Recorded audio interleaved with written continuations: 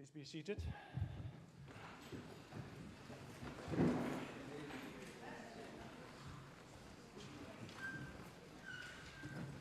It's good to see a full gallery in the house. We're all welcome to the debate, and can I just remind members that the debate takes place on the floor of the house, but you're most welcome to observe the proceedings. The next item on the list is the speakers debate, and I see the speaker.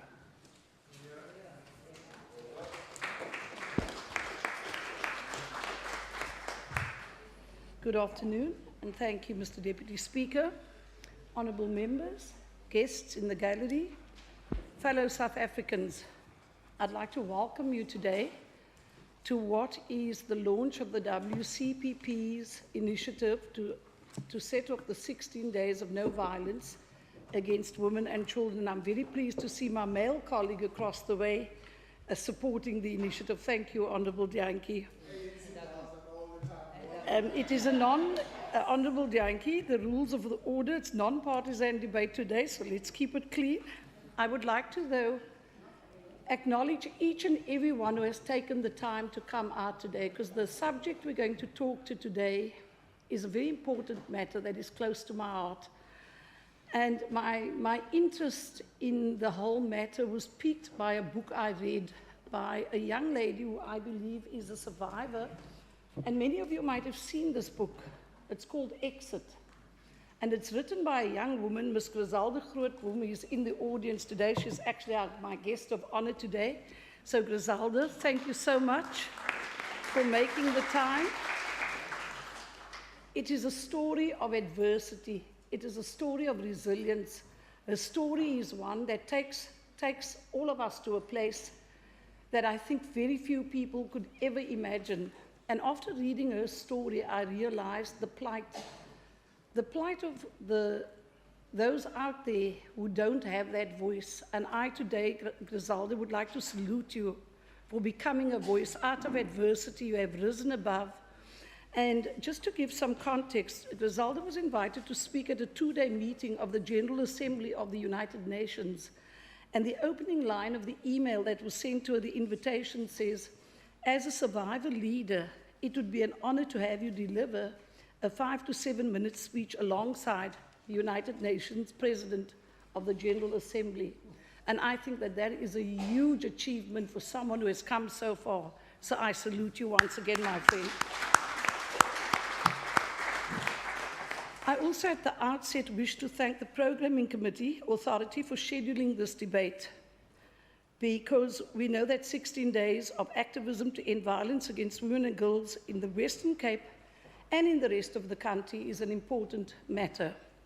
While this period is highlighted on the calendar, the topic is nothing to feel excited about. When you understand what is really happening out there, you will not be excited about hosting something like this. I would also like to have it stated for the record that I'm not in favor of 16 days, but that I see that a campaign like this should be 365 days to end violence against women and girls. And I would like to ensure that in this institution, we do just that. The theme for 2017 globally is Leave No One Behind. 16 days of activism is a time to galvanize action to end violence against women and girls around the world, in South Africa and in the Western Cape. A definition of gender-based violence is any act of gender-based violence that results in or is likely to result in physical, sexual, or psychological harm or suffering to women, including threats of such acts, coercion, or arbitrary deprivation of liberty, whether occurring in public or, note people, in private life. So it's not limited only to the public domain, it happens in private too. We have legislation underpinning gender equality. The Constitution of the Republic of South Africa, Act 108 of 1996, the Convention on the Elimination of All Forms of Discrimination Against Women, adopted in 1979 by the UN General Assembly, and then the Beijing Declaration and Platform for Action, that was China in September 1995, Action for Equality, Development and Peace. Assuming that 1 in 5 women experience violence within the year, the minimal annual cost to the South African economy of that violence is 28.4 billion rand. Now that is a huge sum of money. And if it could be repiloted in a more positive manner, we could see its impact in other ways. We read on the news and we watch television, and these days with social media, you don't even have to wait for the news. You see it on Twitter, you see it on YouTube. We hear of the stories of children being raped and killed daily. We know the Anine Boyson in 2013, recently Renee Roman in Lavendale, and Courtney Peters in Alsace River, to mention but a few. In October 2017, a total of 66 child murders had been reported. We read about teachers engaging in sexual relationships with learners. Just recently, we read about a principal who had impregnated more than 4 learners. We hear about young women being killed by their intimate partners. Human trafficking is becoming an almost normal occurrence. We have become so desensitized that we don't even see it for what it is. And it is a grave injustice that is being perpetuated on society. Substance abuse is another scourge which feeds into many acts of violence. And many of you who are parents will know recently there's a new drug called Flacker. They sell it as if it looks like jelly beans or jelly babies. And it inflicts emotional harm and trauma, psychological damage to our children. So it doesn't rape a child, it destroys a child in some other way, in that it is peddled on school playgrounds and by people selling the drug around the school. So what do we say? Such atrocities can no longer be tolerated in silence because it is completely unacceptable. The prevalence of gender-based violence continues to undermine the personal and public lives of women in abusive relationships. Economic dependence on abusive partners is the primary reason that women stay in such relationships. The combination of economic vulnerability and abuse often provides few choices for these women. Many stay in these relationships because of perceived financial security provided by the abusive partner. I know that. I've been there. Just thinking about the word rape, we often place so much pressure on women to talk about rape, to access counseling, and to get legal services to process rape. But very seldom do we talk about the rapists. We run the danger of speaking about rape as a perpetrator-less crime. We need to talk more about how to make them stop, how to hold them accountable. For as long as we allow ourselves to talk about rape as a series of isolated, puzzling horrors that happen to other women and children, we stop ourselves from really holding rapists to account. And I am, in my deliberations today, I'll be quoting from a book called Exit, and the other book which is available from our library is a book called Rape, a South African Nightmare. So I don't claim any credit for the quotes that I am using. For as long as we allow ourselves to talk about rape as a series of isolated, puzzling horrors that happen to women and children, we stop ourselves from really holding rapists accountable. If something or some things in our society make rape possible, then we can change this, for we are society. With rape, there is a cost, a huge, devastating cost that comes with rape, an invisible wound that remains long after the physical scars have healed. And what a cost to us as a country to have so many of our people walking around wounded. We need to work with boys and men, starting with a boy child, to discuss ways that they are being socialized. As a society, I believe we can do much better. The extract I've read was taken from the book Rape, a South African Nightmare, page 18, for those of you who wish to go and source it at the library. Internationally, in 2015, a new global development agenda was accepted by all countries and is applicable to all. Through its 17 goals, the 2030 Agenda for Sustainable Development, or SDGs as we know them, an agenda of global action for the next 15 years, addresses the 3 dimensions of sustainable development: economic, social, and environmental. The agenda recognizes gender equality and the empowerment of women as a key priority and pledges that no one will be left behind. Goal 5 of the agenda aims to achieve gender equality and empower all women and girls, and includes specific targets to eliminate all forms of violence against women and girls. However, all goals are integrated and indivisible. Therefore, the achievement is also fully dependent on ensuring parallel and interconnected implementation of the efforts to prevent and eliminate violence against women and girls. To bring the issue to the fore, the UN Secretary General's campaign Unite to End Violence Against Women's call for the 16 days of activism against gender-based violence in 2016 was Orange the World. Who can remember Orange the World? And Orange the World was raised money to end violence against women and girls. The initiative provided a moment to bring the issue of sustainable financing for initiatives to prevent an end to violence against women to global prominence, and also presented the opportunity for resource mobilization for the issue. In 2016, the Unite campaign strongly emphasized the need for sustainable financing for efforts to end violence against women and girls towards the fulfillment of the 2030 Agenda for the Sustainable Development.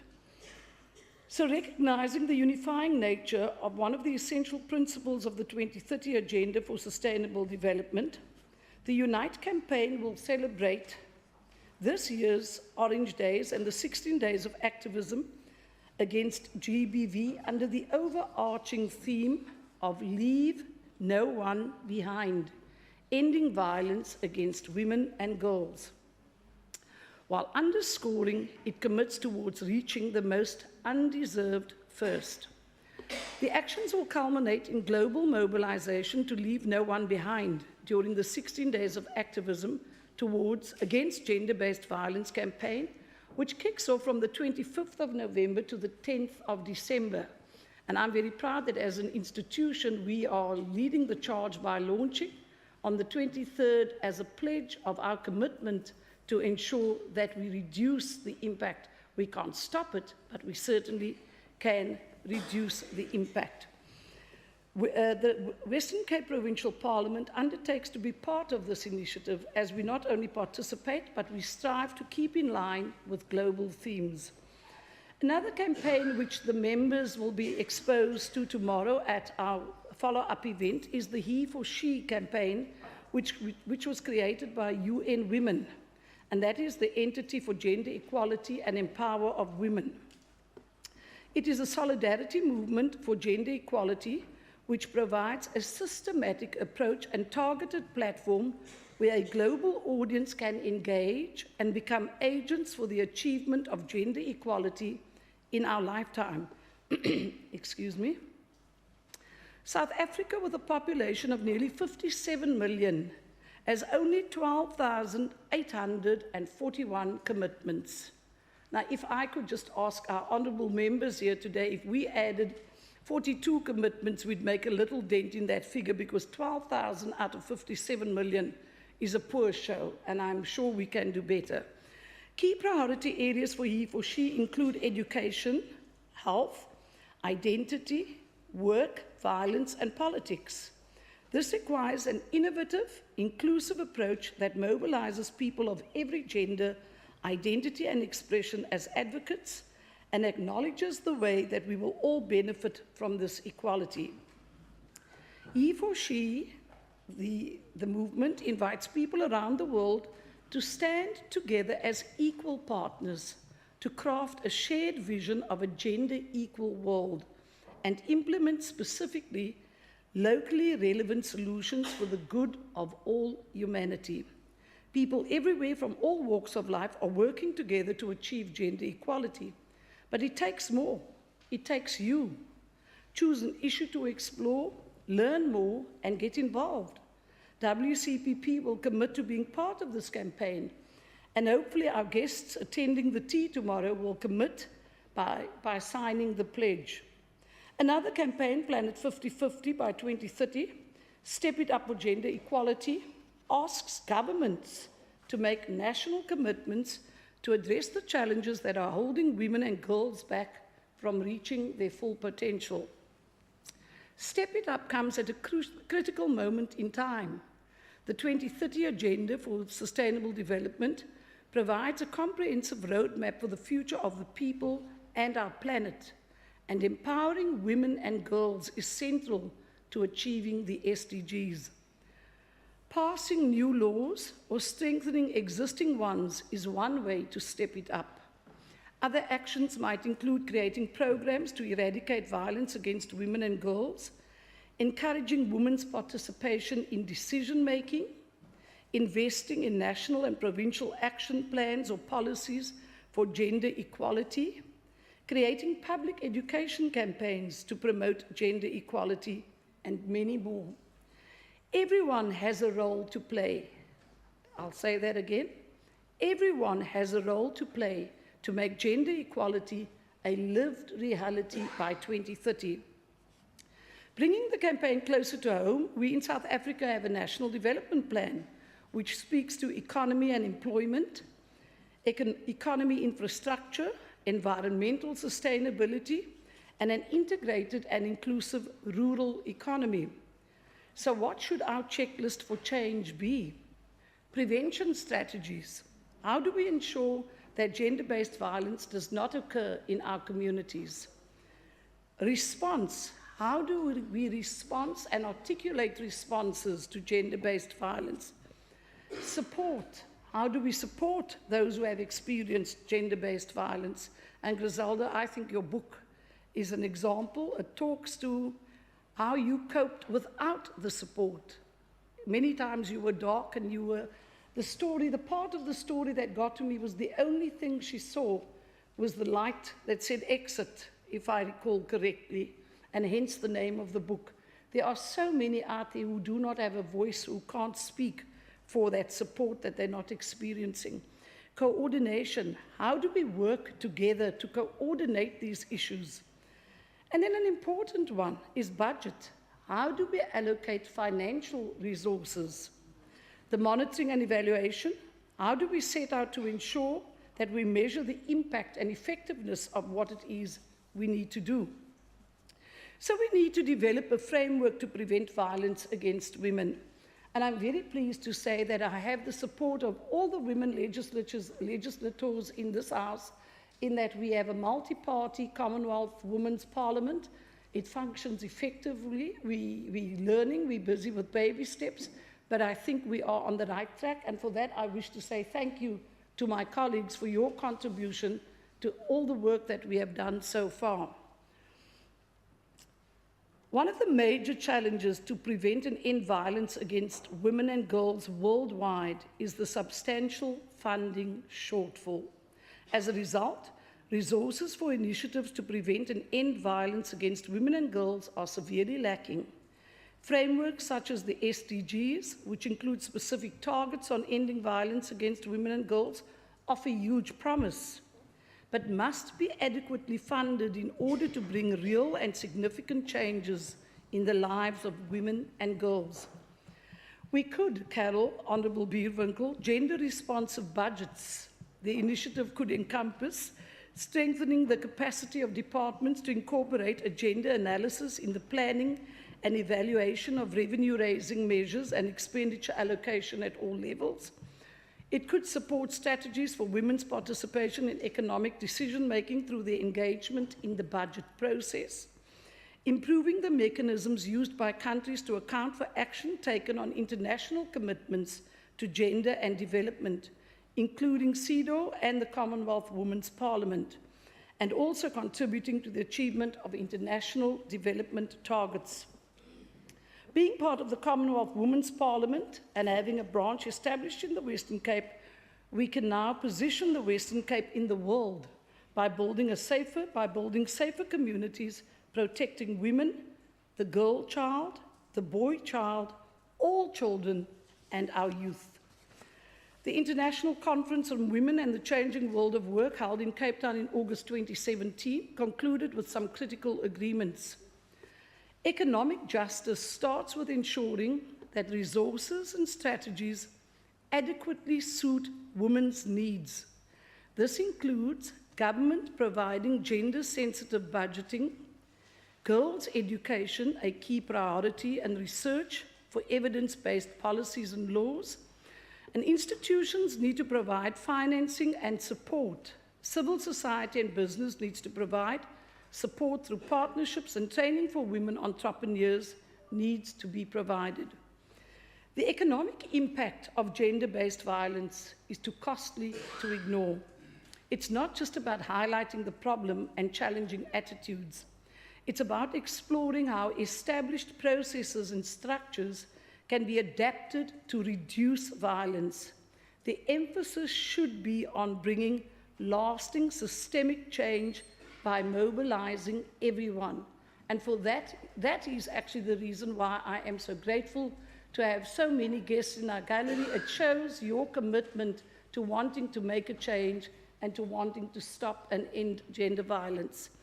Tackling abuse and violence against women requires a coordinated approach. It's critical that all three spheres of government, the private sector, civil society, communities, and individuals work together to stop violence against women and children. This includes providing support to women and children, working with men and boys to change the current culture of violence that exists in some families and communities, and courts that will deliver strong sentences against perpetrators found guilty of violence against women. We need to become change agents for the achievement of gender equality in our lifetime. It will require both an innovative and inclusive approach. In closing, Honourable Jantjie, I want to talk about human trafficking. Trafficking in persons is a serious... Trafficking, you've been very well behaved so far. Thank you, Honourable Jantjie. Trafficking in persons is a serious crime and a grave violation of human rights. Every year, thousands of men, women, and children fall into the hands of traffickers in their own countries and abroad. Almost every country in the world is affected by trafficking, whether as a country of origin, transit, or destination for victims. We need to take a stand. Closer to home, we have another campaign called Take a Stand. Show your support for the Put Your Foot Down Against Human Trafficking campaign, and it's currently on social media. This campaign has a group of runners running from Rawsonville all the way to Beaufort West, and the purpose of the Put the Foot Down campaign is to create awareness around human trafficking that occurs mostly on our national roads, the N1 specifically.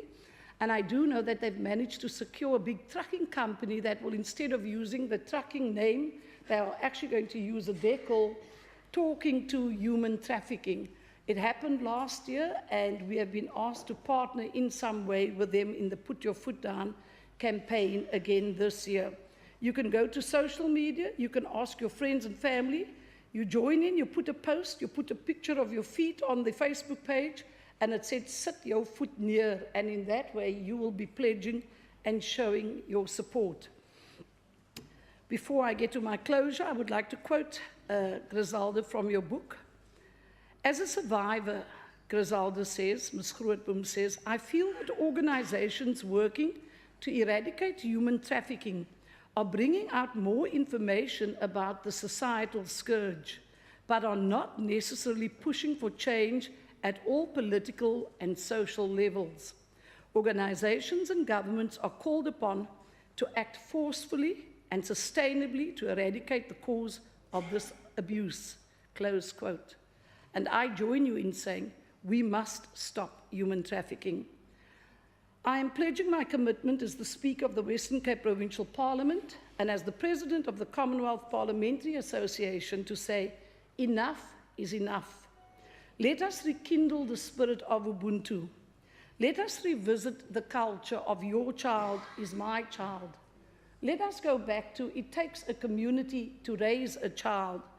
Let's restore our humanity by speaking up for those who cannot speak. We need to stand together. We need to coordinate our efforts at a global, national, provincial, and local level, within our homes, our families, and right down to an individual level, leaving no one behind. Let's today pledge and say, enough is enough.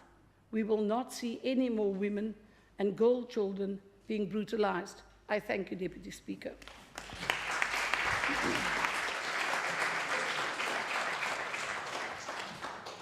I see the Minister of Social Development, Minister Fritz. Deputy Speaker, Order, just 1 second. given the significance and the seriousness of this debate that brings us all together, This is the point of order. would the minister be able to apologize for his demeanors last week? Order, Honourable Jantjie. Honourable Jantjie, please take your seat. A.T. Mugabe, Minister, you may proceed. thank you. Honourable Deputy Speaker, Honourable Speaker, members of this House, of this august House, can you just give me Honourable Speaker, can I speak? Can I speak? Or Order, are we having please. another Mugabe here? Order, please come to order now. Honourable members, honourable guests from the NGO sector and other honourable guests in the gallery, this is typically how they behave in this House. Deputy Speaker, this is a topic of national importance. It goes to the heart of a matter which we are struggling with as a province and a society. The levels of violence against women and children are simply unacceptable. As a society, we need to send a strong and unified message condemning any form and all forms of abuse and murder of women and children. And that kind of violence, Mr. Deputy Speaker, include the violence that I noticed last night in a place called Philippi East of poverty. That we must also address. Because it's a form of violence. We can talk about international conventions, but on the ground, the poverty I saw last night of very ordinary people, that's a form of violence. And most of those people there are women. This government is committed to have you shut up. Order. This government is committed to fight against Order. the abuse of women and Order, children. Minister. Just 1 second. I want to appeal to the side, to the left side, ANC, to please allow the Minister to continue. And Minister, that remark is not parliamentary. I apologize. Apologize, I withdraw and apologize. So if you can just keep quiet for a second, can I just be protected? Honourable Jantjie, you've done enough now. Please come to order. This government is committed to fight against the abuse of women and children. As a department of a single, you were outvoted a long time ago, so please keep quiet. As a department of a single largest spending area is the services to children and families. And Mr. Deputy Speaker, in this regard, we spend in excess of 651 million on children, and this funding renders critical services aimed at creating a safe and enabling environment for children. Our social workers work with 35,000 children on a monthly basis. Deputy Speaker, we hold a zero tolerance towards the abuse of children and women. As we head towards another year and another campaign of 16 days of activism for no violence against women and children, and we hope it's not just again a tick box exercise of little that we must have this campaign, but that we actually mean something to people on the ground. My department will be leading a series of initiatives aimed at encouraging greater innovation, collaboration, and greater efficiency among stakeholders working in the sector. I'm proud to announce that in this regard, we will be hosting a gender-based violence workshop this year as not only part of our 16 Day of activism, but also as a means to coordinate, Mr. Deputy Speaker. This is the one fundamental problem, to coordinate an effort to improve the service rendered by all stakeholders in the fight against gender-based violence. Madam Deputy Speaker, this department is also at the forefront of the fight for the rights of women and children. And so we must and can stop violence against women and children. And we mean all forms of violence. One of the least spoken forms of violence endured by women and children is what the Speaker referred to as human trafficking. And I agree wholeheartedly with the Speaker when she mentions this problem as one which needs much more awareness and attention from government, civil society, and the media. Victims of human trafficking along the Beaufort West line of Ms. Kujana are fully and truly silent victims. And in many times where we as politicians work in areas like Beaufort West, we're right there in the center of Beaufort West. The levels of not only abuse of young women, but of abuse of getting human traffickers to town. And I hope they can do more work and stop making a noise in this damn house. Order, Minister Fritz. Just 1 second, Chief Whip. Deputy Speaker, with respect, the Honourable Minister is making a speech. He has not in any way offended the other side of the House, yet there is a deliberate campaign by Honourable Member Nkondlo and Dejana to disrupt the Minister by passing derogatory comments continuously, irrespective of whether he says something that's meritorious or not. And it's unacceptable. Honourable, please take your seat, Honourable Olivier. Point of order. That is a valid point of order, and I've also been watching those two members at the back making comments. I couldn't hear what they were saying, but if he says derogatory, I'll take your word for it. Members, please come to order and allow the Minister the opportunity to speak. Can I again repeat that this debate is a non-political debate, and we must try and heed the rules in that respect. Rule 143 is very clear on that, and I'm not going to allow that we go so wide. Honourable Beerwinkel, are you standing on a point of order? Yes, Speaker. And I hope that you will endure me, as you did the Chief Whip, without a number in terms of... Honourable Beerwinkel, continue. It's a point of order. Thank you, Deputy Speaker. I'm glad that the Chief Whip understands what the word means when he says what these members have called the MEC. That then means he should have recognized it when the MEC hurled those same kinds of insults this way last week. You cannot have one kind of word to this and another kind of word. You've made your point, Minister Fritz. Please continue, and please heed my request now. Human trafficking, Honourable Deputy Speaker, can be broadly defined as severe forms of trafficking in persons, as the recruitment, harbouring, transportation, provision, or obtaining of a person for labour or services through the use. Why are you standing?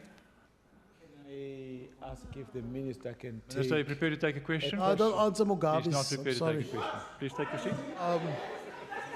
Through, Order. no, Mugabe Order. is a leader. Please take your seat.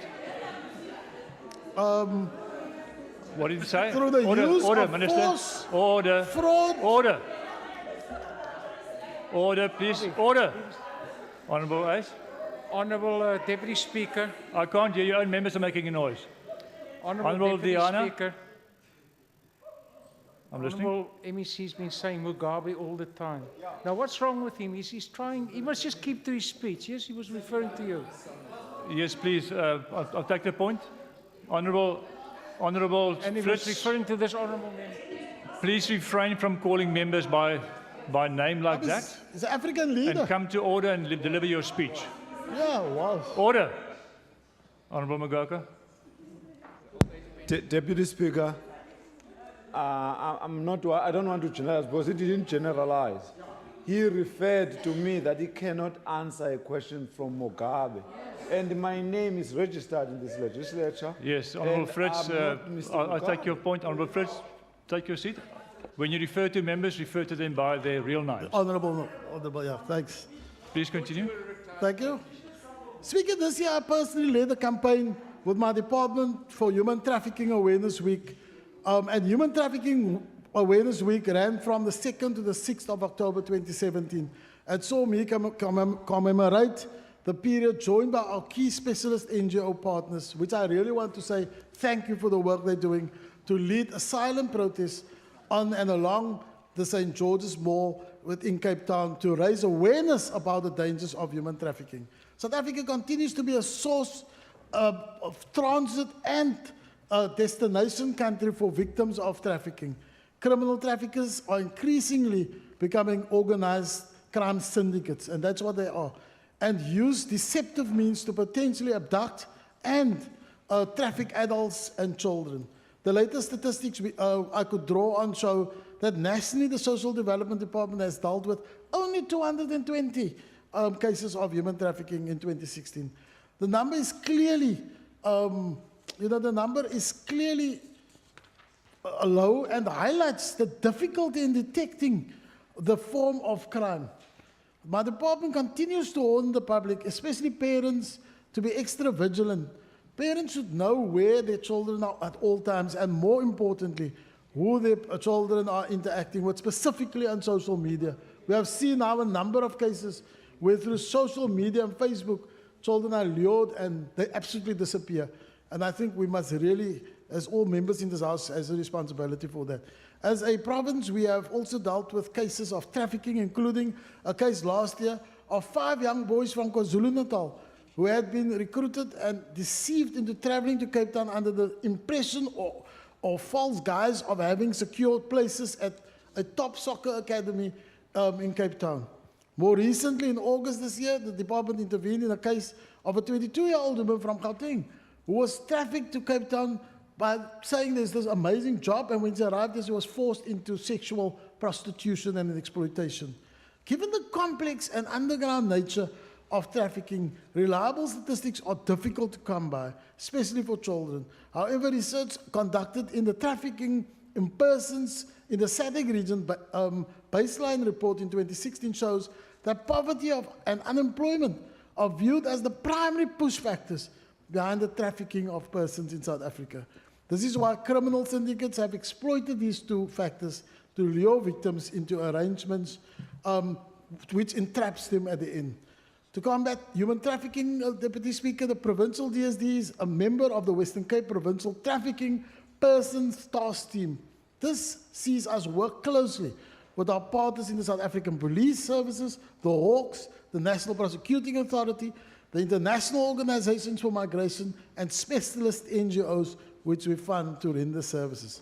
Deputy Speaker, as mentioned earlier, we are once again heading into the period of 16 days of no violence against women and children. This year, it will be marked from the 25th of November till the 10th of December. However, it should be more than 16 days, as the Speaker indicated, that we must have it 365 days, and we are saying this every year.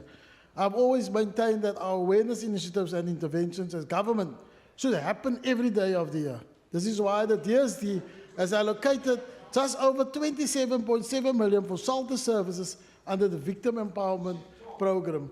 The VEP, led by Mr. Gaga and Ms. Rene Botha, provides safe accommodation for adult victims of human trafficking and their children through a growing network of 16 shelters across the province. Shelter service provide for basic needs like food, clothing, and security.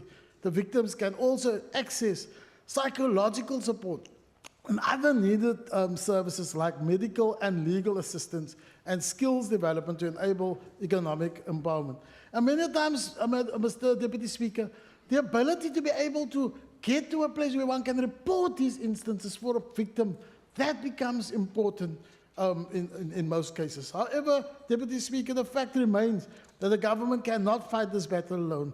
I continue to call on residents to report any suspected cases of trafficked women or children to the police or to our hotline. And alternatively, the public can seek assistance from our social workers at any of our local offices closest to them.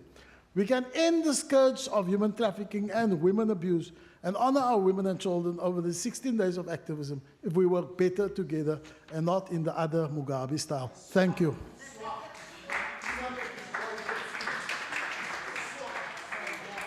Order. The Honourable Makaleni.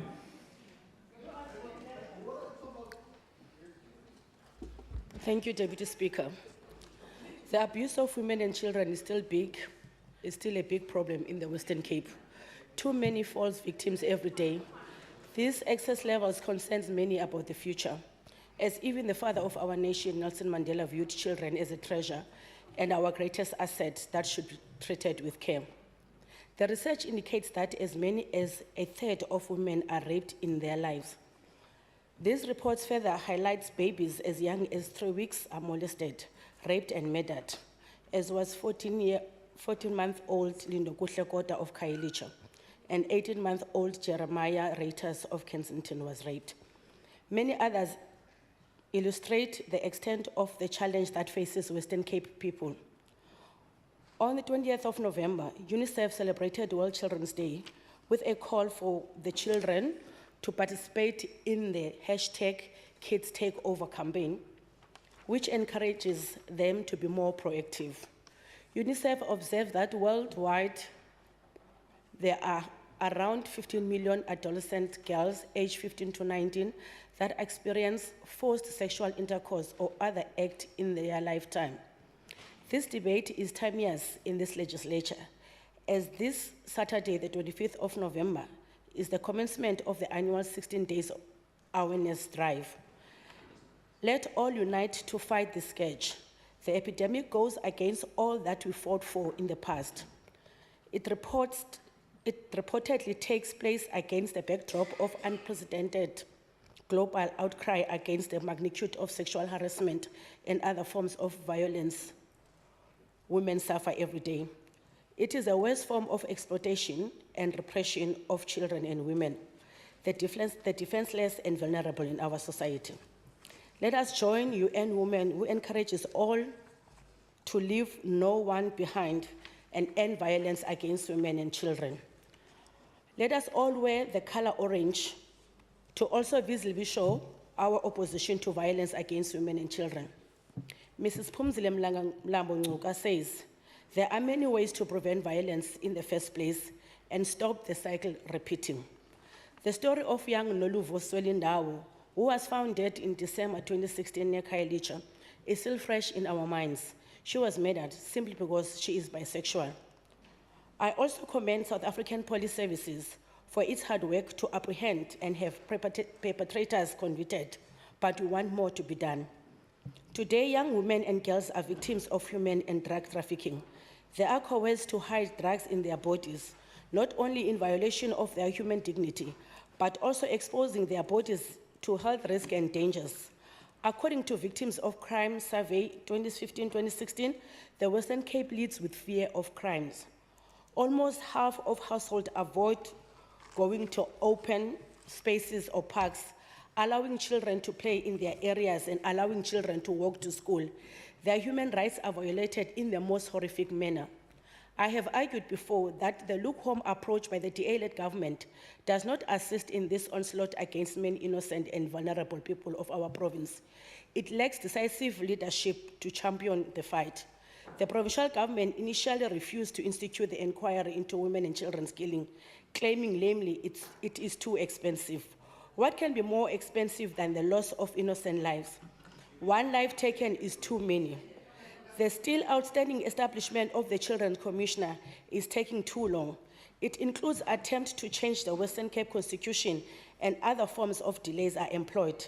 But if it was not for the strong objection by the ANC in these chambers and the civil society structures outside this legislature, the Children's Commissioner establishment would have been forgotten.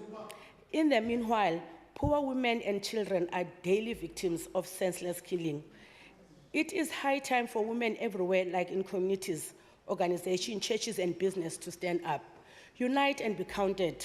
All community members, irrespective of gender, status, or standing, need to join hands and protect the children. Awareness programs and education must teach every member of society to report suspicious behavior. Young children must be taught to say no to unbecoming actions, and especially known men, but women too. And those who still contemplate engaging in such action should know that they will come to face the full force of the law. Put them in jail and rot in there. We say to them, consider yourselves warned. Wathinta abafazi, wathinta imbokodo.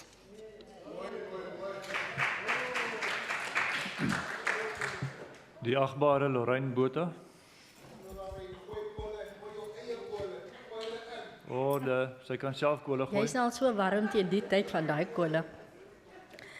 Deputy Speaker, as we stand on the eve of another 16-day campaign of no violence against women and children, it feels quite surreal as this matter is extremely close to my heart, because there are many children and women across the province that faces daily abuse and violence, and it is a subject that I have lived. Along with this, 2017 also marks 19 years since South Africa adopted this campaign, which internationally was launched in 1991, to address the scourge of violence against our women and children. My question then would be, how many times should this be said? How many times must the abuse, rape, and murder of our vulnerable be highlighted before we all effectively address it? Previously, I've also mentioned the African proverb that it takes a village to raise a child, while also going on to say that it takes the same village to ensure that our women too are protected. The abuse and violence against our women and children is becoming a norm that we should stop immediately. Various reports have indicated and highlighted the number of children and women that's been brutally raped and murdered in this province. Let me be crystal clear, Deputy Speaker, no rape or murder can in any way be justified. Just yesterday, to my complete disgust, the front page of the Sun newspapers highlighted the story of an 11-year-old girl from Delft who was raped. The article goes on to say that the incident occurred when the suspected rapist got into his mother's bed where this 11-year-old was sleeping. It is further reported that the community allegedly assaulted the suspect and he is currently in a coma in hospital. In today's paper, there's a report of a grandfather in Atlantis who allegedly molested his 7-year-old granddaughter. Once again, a perpetrator with a trusted role in a child's life. Now, I fully understand the community's anger and frustration, but we should never take the law into our own hands. We should always remember that we do have law enforcement agencies whose job it is to arrest perpetrators and to ensure that all the evidence is available so that they can be tried successfully. It must, however, also be said, Deputy Speaker, that at times our law enforcement is failing us, as the wheels of justice takes forever to turn. In a response to my parliamentary question to Minister Plato with regards to child murders over the last 3 years in the province, SAPS tells us that during the 2014-15 financial year, 200 children were murdered in the Western Cape. During 15-16 financial year, 169 children were killed, while by the end of August this year, which was 9 months into their financial year, 123 children were killed in the province. Some might say that there's a reduction, but to us it is shameful, disgusting, and completely unacceptable. The fact that one child was killed, whether in my control or not, means that we failed that child. We can highlight the various objectives of the 16-day campaign, but ultimately its aim is for all to actively fight to eradicate violence against women and children. Given the statistics I've just mentioned, one should have to question the execution of this campaign's objectives. Must government then ensure that the objectives are achieved? Deputy Speaker, it is not only government's responsibility, but society as a whole, including parents, guardians, the community, and our NPOs and faith-based organizations. It's on all of us. The reality is that charity begins at home. Are we teaching our young boys to become woman abusers? Are we teaching our young boys that it's okay if you harm or hit a girl? Or are we teaching our young boys to respect the girls, to care for the girls, to treat girls as equals? In addition to this, are we teaching our young girls what it means to be independent? Are we teaching our young girls to become career-orientated? Are we teaching our young girls to set goals and aspire to achieve it? Deputy Speaker, the following is vital. Our young boys and girls should be taught to respect each other. In addition to this, our talking alone won't help, but our action will go a long way in showing them what it is meant by respect for each other. I must commend every person who is ensuring that abuses are reported. And I recommend now that let us name and shame all those perpetrators by creating a community register so that they are known to everybody in communities. Deputy Speaker, the 16-day campaign of no violence against women and children should be a lived experience over 365 days and not just during this period. But in so doing, we will have to take hands across party lines, religious lines, economic status, and communities to tackle this evil. I thank you.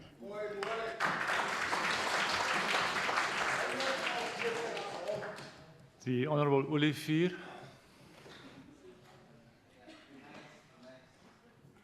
I'm Bennett Joseph. Thank you, Deputy Speaker.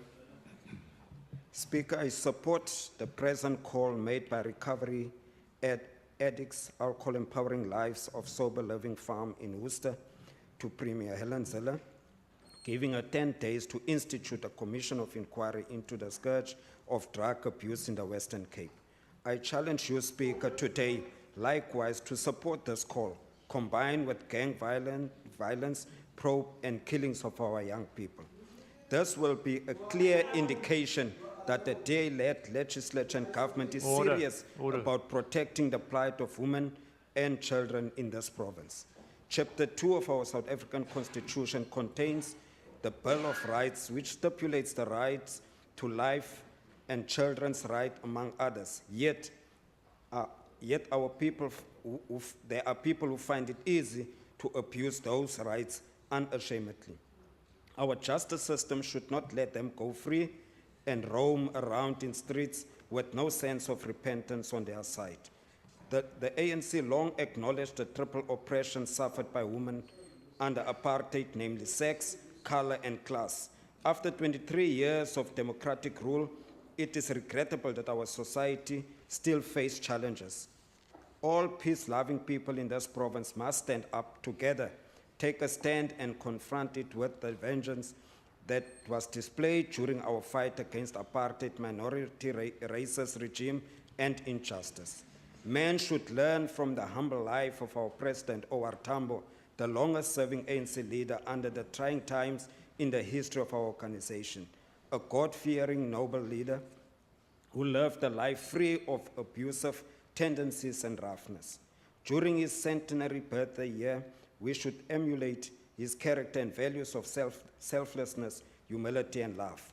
In many instances, violence against women and children is perpetuated by either intimate partners and adult men known to the family and neighborhood.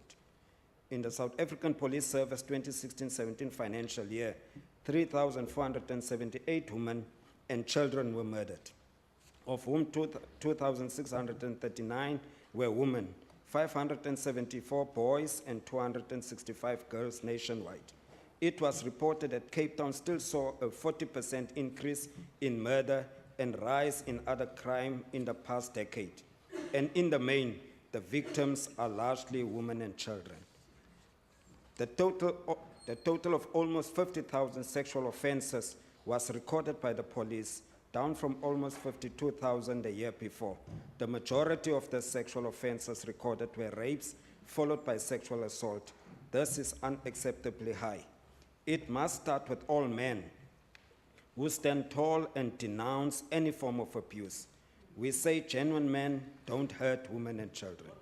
We must understand the United Nations definition, as correctly quoted by the Speaker, of violence against women, which states, I quote, an act of gender-based violence that result in physical, sexual, or mental harm or suffering of women include threats, such acts, coercion, and arbitrary deprivation of liberty, whether occurring in public or private life, close quote. Men must appreciate the gravity of this violation, children and their impact. Many children exposed to this suffer from behavioral and emotional disturbances in their early lives and schooling. At the times, intimate partners' violence can be linked to high infant and child mortality and morbidity rate. Again, children are the innocent victims. There seem to be appropriate policies and legislation to address discrimination against women, promote gender equality, and support women. However, there is a need to develop enough instruments to implement such protecting, promoting, and advocacy. I agree with the ANC MP Francois Beekman, who offered practical measures to better South African Police Service performance during a similar debate in the National Assembly. He said, I quote, "Management of dealing with complaints by commanders must be sharpened, compulsory consequence management for all SAPS members who do not adequately respond to complaints, ongoing training and capacity building programs for SAPS first responders to deal with the victims, more resources to be allocated to the SAPS family violence, child protection, and sexual offense units. Complaints who do not get adequate service should immediately be escalated to complaints commanders and be copied to the civilian secretariat." In closing, Madam Speaker, we call on all men who call themselves honorable men to keep their belts tightened, to fasten their zips, and to put their hands in their pocket when tempted to beat a female or a child. Increase awareness campaign countrywide, and to educate our learners and churches in our communities. I thank you. Dankie, die agbare minister van Kultuursake en Sport, minister Maree. Deputy Speaker, it is long overdue that we become honest about the future of South Africa and realize, and in turn optimally make use of, the immense power we hold in bringing a real difference to the state of our nation. In light of our current circumstances, it is no secret that the future of South Africa, for many, for the majority, is bleak. We have all felt ourselves fade into a state of hopelessness. There exists a despondence in our criminal justice system, our national government, the status quo, job availability, options to improve our livelihoods, which all ultimately lead to a loss in confidence in the very institutions that ought to enable these democracies for us. Each day we see a new form of division, either on the basis of race, culture backgrounds, ethnicity, gender, language, appearance, sexual orientation, and levels of education. Horrific incidents such as child murders, increasing violence against women and children, amongst all the other social ills, sparks community outrage, accelerates open dialogue into the causes and possible remedial actions to these preventable fatalities, and in retrospect leaves us with a disturbing wake-up call to the daily realities in our vulnerable communities. At the end of last year, following the death of Anine Booysen, we officially opened a netball court in a name in the hometown of Bredasdorp. All in attendance had the pleasure of listening to the personal story of Siggy Burger. Sigrid, or Siggy Burger, a 21-year-old born in Bredasdorp, has been selected to represent the national Protea team twice in a 14-year netball career. She shared how difficult it was to remain dedicated and committed to the sport amidst all other temptations. She made a point of thanking her support base, which not only included family and friends, but coaches, teammates, and especially community members who unknowingly motivated her by supporting community leagues and identifying in her a beacon of hope and inspiration in Bredasdorp when she was oblivious to this fact. Two young people, faced with similar circumstances in the same areas, yet completely different outcomes prevailed in their lifetimes. The most striking nuance is the participation in sport and the value placed on its significance by key role players. Research has shown that participation in sport directly affects community safety and development by positively engaging with youth, improving resilience, and is instrumental in conflict resolution, nation building, and civil peacekeeping. Our youth have been described as, and I quote, a generation whose dreams have been denied, whose hope has been diminished, whose trust has been broken, whose talents have been crippled, unquote. The question then arises, what do we as a provincial government then do to correct the inequalities and hardships we suffer as a nation? Deputy Speaker, testimonials like Ziki's will always stick with me and has emphasized the urgency in which we, all stakeholders, have to partner together to incorporate a culture of positive participation, develop excellence, and create an enabling environment for the empowerment of our youth and women as an alternate to the antisocial activities dominating our communities. As jong professionele lei, sommige meer ervare as ander en trots Suid-Afrikaans, is ons in 'n uiters magtige posisie om 'n werklike verskil in ons land te maak. Die oplossing is redelik eenvoudig en sal die samewerking wil vereis om betekenisvolle verandering in Wes-Kaap en groter Suid-Afrika teweeg te bring.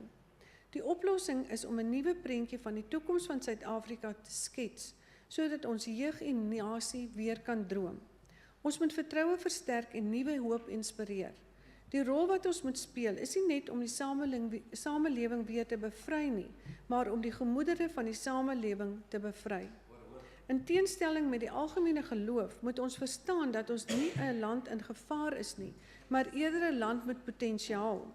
Ja, ons word gekonfronteer met al hierdie teenstrydighede, maar daar is edele inisiatiewe in ons gemeenskappe en dit is hoogtyd dat ons hierdie lewensveranderde pogings aan almal sigbaar maak en uitnemendheid vier, eerder as om die hartseerstand van sake verder te bevorder.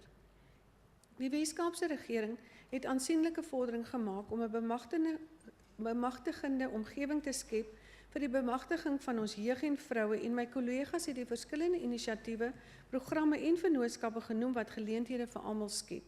Maar soveel meer kan bereik word. Die visie van die Departement van Kultuursake en Sport is om aan al die inwoners van die Wes-Kaap toegang te bied tot sport- en ontspanningsaktiwiteite en kuns- en kultuurdienste om op hierdie wyse aan individue die geleentheid te bied om betekenisvolle verbeteringe te bewerkstellig wat hulle lewensvooruitsig betref. If we are honest and blunt about our current circumstances, it is safe to say that our limited budget has and will for a significant period of time constrain pressure on our service delivery footprint as a government. We can attribute the blame of our failing economy, deteriorating moral fibre and consequent conflict to a national uncountable administration or even state capture, yet and still the finances available or lack thereof will remain insufficient to deliver on our fundamental mandate to the people we serve. It is therefore paramount to have engagement of this nature to explore opportunities to collaboratively build on our social capital and support each other in our mutual goals. In the wake of our dismal economic situation and increasing violence, it is our duty to become more innovative in our business. If the funds are too limited, surely we are to explore different avenues and go the extra mile in creating an enabling environment. These engagements are not only pivotal, but essential if we are serious about inspiring change through cultural affairs and sport as it unites, fosters tolerance, acceptance, builds civic pride and community participation, all of which is much needed at present. We are all in influential positions to plant that seed of hope and to inspire our youth to want to be better versions of themselves. This past Sunday was another tangible reminder that empowerment is promoted and hope and unity is indeed restored through the arts. The community of Bishop Lavis and its surroundings came out in its numbers, approximately 10,000, in support of Paxton Phillies as she victoriously competed in the 2017 South African Idols final. The 17-year-old Belhar High School learners' participation and unearthed talent personified that we are indeed better together. The Bishop Lavis Action Community, or BLAC, approached the Western Cape government for assistance in live streaming the final showcase for the community. In less than a week, we threw our weight behind making this showing not only possible, but successful in its aim to be shared with as many viewers as possible.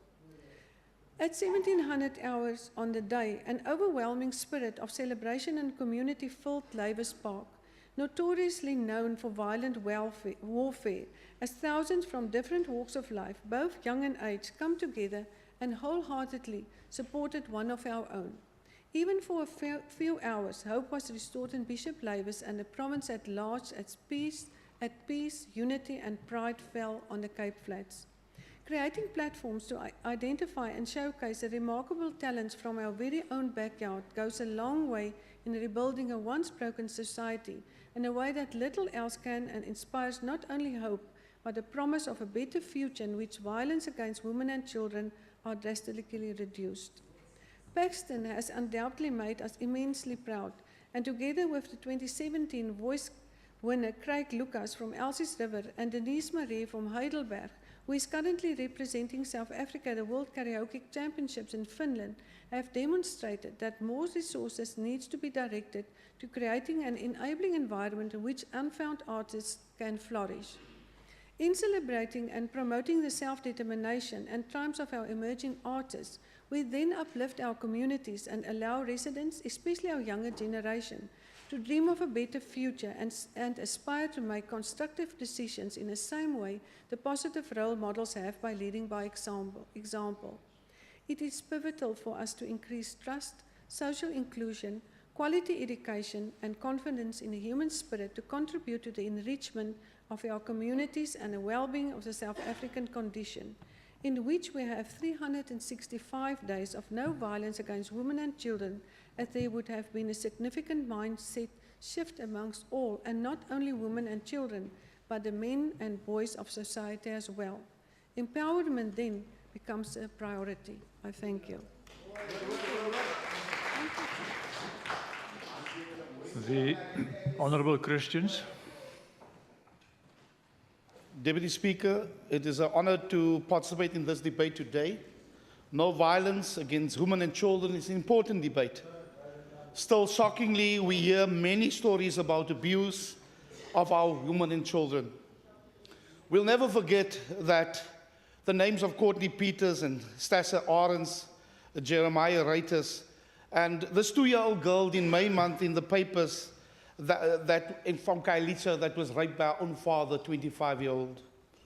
And Deputy Speaker, we when I attended the funeral of Stassa, the brigadier that led the investigation said, she told the perpetrator in his eyes, said, God sees you, you will be caught. A courageous young girl of 11's life that was taken. Now, Deputy Speaker, the problem is we do not condone any mob justice, but the criminal justice system is failing our people. People tell you day in and day out that the rapist that raped again was already convicted in the previous time and is out on parole or bail, and that cannot be tolerated. We need to, as a government, a national government, need to get our criminal justice system in order to, when the perpetrators found guilty and these crimes, raping 2-year-olds 6 months and killing them, they must be dealt harshly and rot in jail. We cannot tolerate them to walk around in our communities and looking who the next victim will be. But Deputy Speaker, I said it before, and I want to say it today, it starts in our homes. We as fathers need to show our boys how to treat our spouses, how to treat our girls. And in communities where we play an important role, we need to show and not talk about it. So, Deputy Speaker, I want to say today that where is the days when we were young, we could roam the streets, our neighbor was our father, was our mother. They looked after us because our parents went out working. Today, they are the perpetrators. Our children are not safe in schools because even teachers, educators, is now the perpetrators. Thank you, So, Member. Speaker, we cannot fellow people. We need to stand up and talk about this on a constantly. I thank you. Thank you. Your time has expired. Honourable Bierwinkel. Thank you, Deputy Speaker. Deputy Speaker and Speaker in her absence, where is she? Yeah. Okay. It's very clear listening to these inputs today that even amongst us here are victims and survivors. Collective lived experiences from which I'm sure many lessons can be learnt. The opportunity today should be a cathartic one to both listeners and victims alike, and freedom just by the release.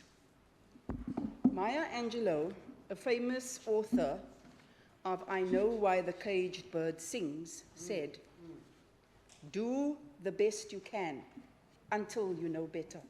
Then, when you know better, do better." Deputy Speaker, today it is 19 years that this campaign is in operation, and in spite of this remarkable progress, the truth is that as we speak, there is some woman or girl child somewhere being abused because patriarchy still largely governs the psyche of men. Whenever we start talking about this specific period, everybody thinks sexual violence and rape. No. While violence is physical, abuse takes on many forms. It's verbal, it's psychological, it's emotional, and of course it's sexual. These are, and financial, you're right. But these are non-visible and internal, but hurt the most. George Orwell said, and I quote, "Of pain, the only thing you wish for is for it to stop." The above abusive practices can happen in any situation where men need to use force to conceal their insecurities. And then to the women, the normal refrain is always, "But why does she stay?" Victims will tell you it's because of their ego, or what's left of it, or their status, or the children, or there's no support structure, or because of what people will say, but it's never, "I'm staying because I'm strong enough to work it out." It's more likely, "I'm staying because I'm too weak to leave." On this subject of abuse, Deputy Speaker, if you would allow me, I would be failing my colleagues today if I did not address the shockingly blatant abuse hurled at us last week by a DA MEC, and today actually has the audacity to do it again. U sien, Deputy Speaker, sommige mans voel, die mans nogal, dat hulle alleen reg daarop het om neerhalend, beledigend te wees en wanneer gekonfronteer word, voor te gee dat hulle bedoelings verkeerd vertolk word. Dit stop vandag. We, especially the women on this side, will not let our passion for speaking out about what is right or wrong be determined by the color of our skin, our gender, our age, our academic achievements, or our political affiliation, or our scholastic achievements, or to be dictated to by double standards. Practice what you preach, MEC. No means no. Back to the topic. Normally, what perpetrators do to escape accountability for their deeds is to promote forgetting. And if that fails, they attack your credibility. Statistics show that most abused women seldom leave. Raped women or children knew their violator, and physical signs add to the sales of makeup to conceal it. Strength, however, doesn't have to be physical, because that's the upper hand that men have. As women, we have to sharpen our other skills, because often we hear how women are breaking through the ranks and achieving in a man's world only to be subjected to subtle abuse or sexual innuendo or blackmail, or merely for the male colleague to prove his authority or strength through psychological and/or emotional abuse. Normally, this type of abuser doesn't see a problem with his own anger and insecurities. His biggest problem is how your anger will make you react, and so, as a defense mechanism, will make you feel straitjacketed. You will develop depression. You'll misplace or transfer frustrations. You'll lose sleep. You'll become irrational and emotional mess. You'll judge yourself by what's been done to you. You'll blame yourself for what's been done to you. Your thinking becomes irrational, and this very reaction to the abuse is used against you to prove that you are crazy, which you later tell yourself and believe. However, all is not lost. Our justice system has dealt with some really crazy and scary cases of violence and abuse recently, and the perpetrators have certainly not come off lightly. But very important, Deputy Speaker, that's all talk. What can we do? Most women these days have cell phones, and I'd like to introduce you to an app on your phone. It's called Dial Direct's Namola app, which once downloaded,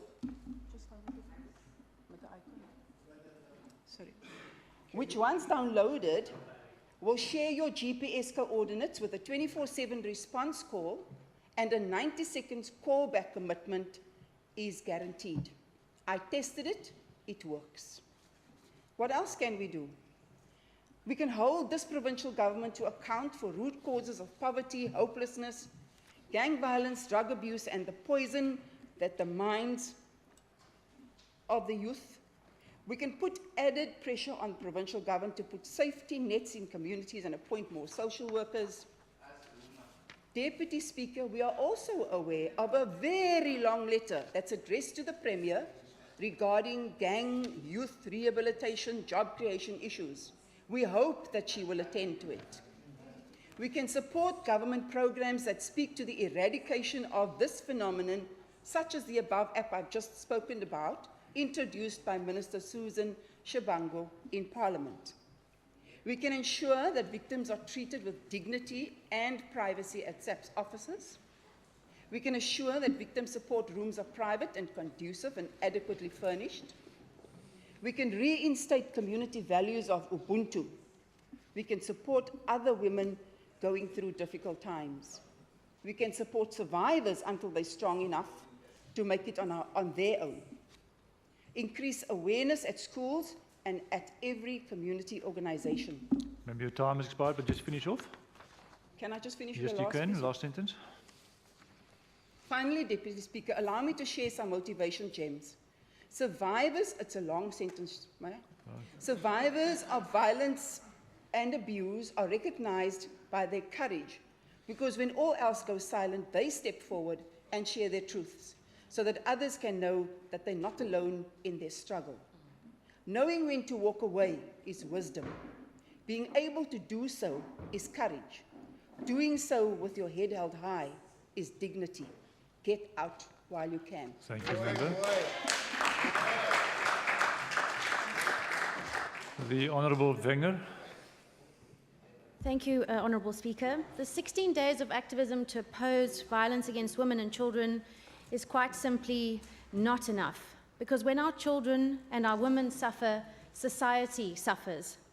Ultimately, as Margaret Mead once said, the solution to adult problems tomorrow depends upon how our children grow up today. It is therefore important that as a society we should be opposing the abuse of women and children all year round, and not only for 16 days. Speaker, the current legislation pertinent to the protection of our children in this country is the Children's Act. This piece of legislation governs all the laws relating to the care and protection of children. In theory, it's supposed to ensure that people are prohibited from allowing the ill treatment of a child, the abandonment of a child by a guardian, the commercial exploitation of a child, abducting children, and the employment of children under the age of 15. But very often, despite good legislation, there's a failure in its implementation in many parts of our country. A study completed by the University of Cape Town found that less than 20% of child abuse cases in KwaZulu-Natal and the Eastern Cape were referred to the police by social services. In turn, in these respective provinces, the police only referred 8% of such cases to social services. The safety of our most vulnerable group of people in our country is not guaranteed as a consequence of a fragmented and inadequate system. To respond to Honourable Makaleni, perhaps she could explain to this House why in all the years of ANC government, the Western Cape Children's Commissioner was never appointed, and nor does any other province have a Children's Commissioner where the ANC governs. It is only under the DA government that legislation is currently being enacted to create a Children's Commissioner. Meanwhile, our government's support to children and families is the largest single item in our social development's annual budget. And this year, our programs for children and families received 651 million rand. This spend stretches closer to 1 billion rand when one includes staff and operations required to carry out child protection, investments in child justice, and children with disabilities. Speaker, we're increasingly finding that perpetrators are not being brought to book, and many women and children fail to receive the necessary support that are crucial to their long-term recovery and well-being. Violence against women and children in our country continues often with no consequences for perpetrators. In the Western Cape in the last financial year, 35,000 crimes were reported against women and 9,600 crimes were reported against children.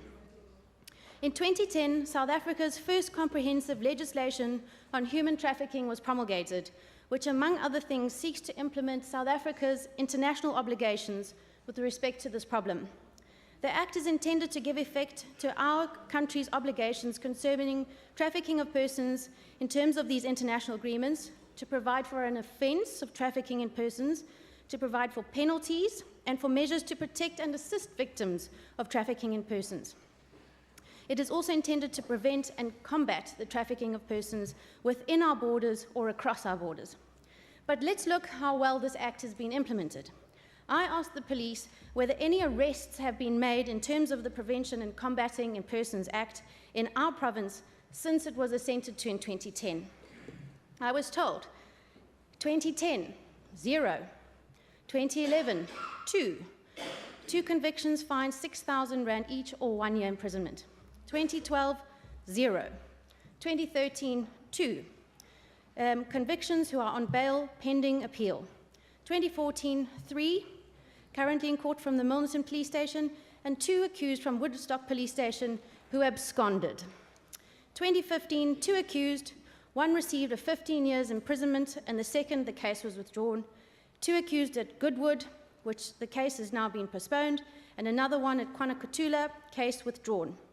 2016, 2, Milnerton Police, currently in court, and 2017, 2 accused, Maitland Police, currently in court. So in 7 years, 18 accused. South Africa's Domestic Violence Act has one of the broadest definitions of abuse. It's defined broadly as physical, sexual, emotional, verbal, and psychological abuse. It also includes harassment and stalking. Order. We have very good legislation that in many ways is broader and more nuanced than other such pieces of legislation in the world. But the practical inadequacies of the implementation need our full attention. In the last 2 years, nationally, out of 224,000 warrants for arrest for domestic abuse, only 1,600 arrests were made, which means that the police failed to make 223,000 arrests for domestic abuse in terms of the Act. The police therefore arrested less than 1% of people that committed domestic abuse. In the Western Cape, while the arrest rate is double the national average, there were 32,600 arrest warrants, of which only 624 were executed. That's 2%. Order. It's appalling that given the very high levels of violence against women in our country, that we have such a lackluster performance from law enforcement. If we are serious about combating abuse and domestic violence, we have to be serious about holding perpetrators to account. We know that very often domestic abuse works in a cycle, so by the time a person has reported it to the police, it's very likely not the first time, but the most desperate time. We cannot fail our women when they cry for help. But Speaker, we have to look at the systemic problems, the underlying reasons why there's such poor performance. It may be in no small part due to the severe under-resourcing, understaffing, under-training, and under-equipping of our police service, which prevents law enforcement from properly informing our victims about their rights and advising them on how the process of applying for a protection order is carried out. Also, it's very important that the victim find alternate accommodation and other support services. So in conclusion, Deputy Speaker, I call on all responsible and reasonable people to make a pledge to care and to act. Only by acting with common purpose will we make a difference in the lives of women and children and start winning the battle against violence on women and children. I thank you.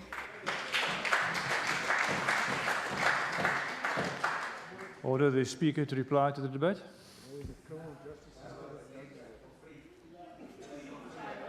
Order, order. Honourable Axilla, please come to order. Honourable Olivier, the Speaker is on the floor and the Speaker wants to start speaking. Speaker, you may continue. Deputy Speaker, I firstly would like to thank the honourable members for participating and bringing valuable contributions and inputs to what is a very serious subject. It is nothing to take lightly. I think the subject matter is contentious and we need to move beyond party politicking to really deal with the issue of violence against women and children. I also want to acknowledge the kind attention of all our guests in the gallery. Thank you. Your coming out today displays your commitment to wanting to make a difference, and for that we want to salute you. Thank you. I must, though, touch on an observation, and my observation tells me there are many women in the House, but in order to solve the problem, we need to engage boys and men more often. So I would like to pledge and commit that, God willing, 2018, we will see some more men and women, more men and boy children in the House rather than just focusing on women, because mostly women are the victims and men are the perpetrators, sadly. And it's time that we start the trajectory and start crafting a new conversation. Honourable Olivier, you touched on something that I think is very brave. Few people would want to talk to the issue of put your hands in your pocket and zip up your fly. And I think it's so beautifully encapsulated in the book, Rape, a South African Nightmare. And I'm going to ask you to bear with me because this is my closing ambit, but just allow me to talk to something. It says, it is also important to note that rape myths, you know the thing that raping a woman's okay because she wore a miniskirt? Those are dangerous myths. And the book says that rape myths do dangerous work. They can embolden perpetrators and re-traumatize victims and survivors. Rape myths and excuses are at the heart of what is keeping rape culture intact. You see, we don't talk about this R word. We skirt around it. It's the elephant in the room. Rape myths and excuses are at the heart, as it is said, of what is keeping rape culture intact. If we accept that it is time to render all forms of gendered violence genuinely illegitimate in all spaces we occupy, then it follows that we need to do so to stop making excuses, that we can take up the challenge to constantly debunk rape myths wherever we encounter them, because all gender-based violence is brutality, a form of gender war against survivors' bodies and psyches. Let that sink in. So I am appealing to everybody who has been here today, and thank you. When you leave here today, I want you to adopt the when you see something, say something. And Griselda so kindly shared this hashtag with me. When you see something, say something. Because by saying something, you are actually helping and supporting a victim. It could be a man, a woman, and a child. You could be saving that person's life by speaking out. How many of us know about our uncle daar agter in die yard? but we don't want to talk about the uncle in the yard. It's time that we start to bring this conversation home and start talking about the realities. And if you do speak out and you do say something, you can be sure that in this way you are making a difference to help to restore basic rights and human dignity for all. I thank you, Deputy Speaker.